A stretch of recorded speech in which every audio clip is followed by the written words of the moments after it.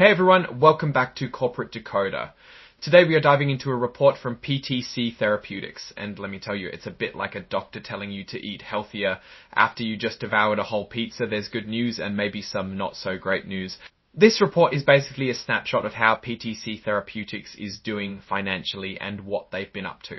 Think of it as their report card for the first 3 months of the year. We'll break down the important stuff, like how much money they made, what they're spending it on, and what challenges they might face. Before we start, if you appreciate getting straight insights from corporate documents, make sure you're subscribed. We also have a Discord community linked in the description below for more in-depth discussions.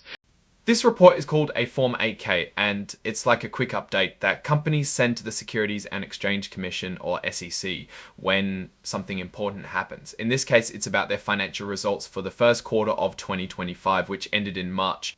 They announced their financial results for the first quarter of 2025 in May. This is all pretty standard. Companies usually give an update every 3 months. The company also held a conference call to discuss these results. It's like a big meeting where they talk about how things are going. This is where they go over the numbers and try to explain them to investors and analysts. All the details of the financial announcement are included in their press release.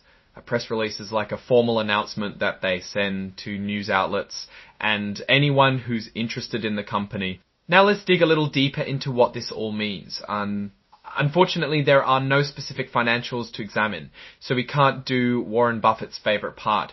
This 8K filing doesn't come with the detailed financial tables that we would find in a quarterly 10Q report.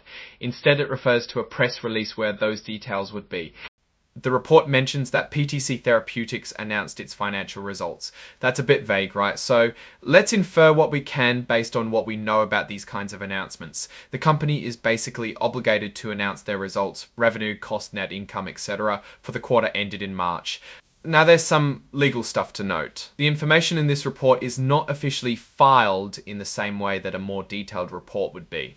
This means they're sharing the information, but it's not held to the same level of legal scrutiny as some other filings. The Chief Financial Officer, Pierre Gravier, signed off on the report. It's a formality, but shows who is responsible for the accuracy of the information. So without the actual numbers, it's hard to give you a detailed analysis. Typically in a report like this, we'd look at things like their revenue compared to the previous quarter, their expenses, and whether they made a profit or loss.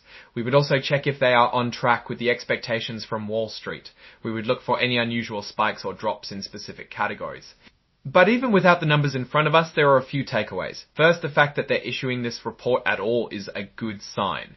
It means they're keeping investors informed about their performance. Second, the conference call suggests that they're actively engaging with analysts and investors. This gives them a chance to explain the numbers and answer questions. Now, for my take on PTC Therapeutics, this is just my opinion, so take it with a grain of salt. Without having the specific numbers, it's challenging to give a concrete assessment. However, we can talk about the general landscape for biotech companies like PTC Therapeutics. A key strength for companies like PTC is often their pipeline of potential new drugs. The more promising drugs they have in development, the better their chances of future success. However, this also introduces risk. Drug development is expensive and has a high failure rate. A major weakness could be unexpected setbacks in clinical trials or regulatory hurdles. One notable opportunity for PTC is the potential to expand into new markets or develop new therapies. This could drive future growth. On the other hand, a significant risk is competition from other biotech companies. The pharmaceutical industry is incredibly competitive and new breakthroughs can quickly change the landscape. Looking at PTC Therapeutics, they're operating in a high-risk, high-reward industry. A lot of their value is tied to the success of their research and development efforts.